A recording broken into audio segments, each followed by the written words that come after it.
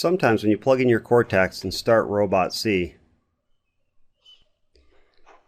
it'll ask you to update the firmware. If there's a new version of RobotC on your computer or you haven't used your Cortex in a while, it's going to ask you to update the firmware.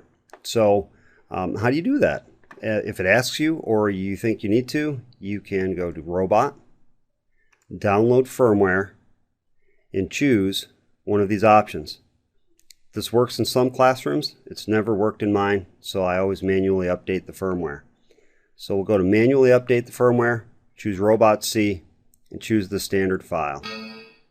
When you get this error, you have to try to power cycle the controller to reset it. So we say OK, and we'll try to power cycle it. We'll turn it off and turn it back on. And let's try again.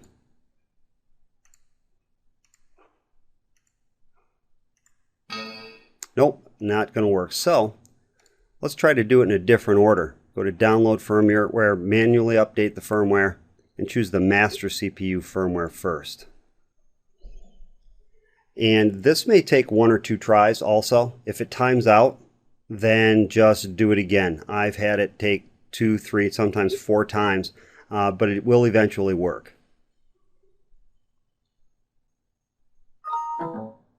So we've now fixed the firmware for the VEX Cortex, the master CPU. We'll say OK. We'll go to Robot, download firmware, and now we'll do the RobotC firmware from standard file.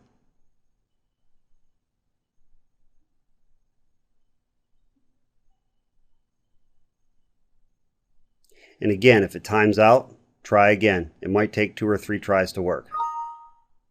And it's been downloaded successfully. Once you do this once for that Cortex on that computer, it won't ask you to do it again unless you update RobotC.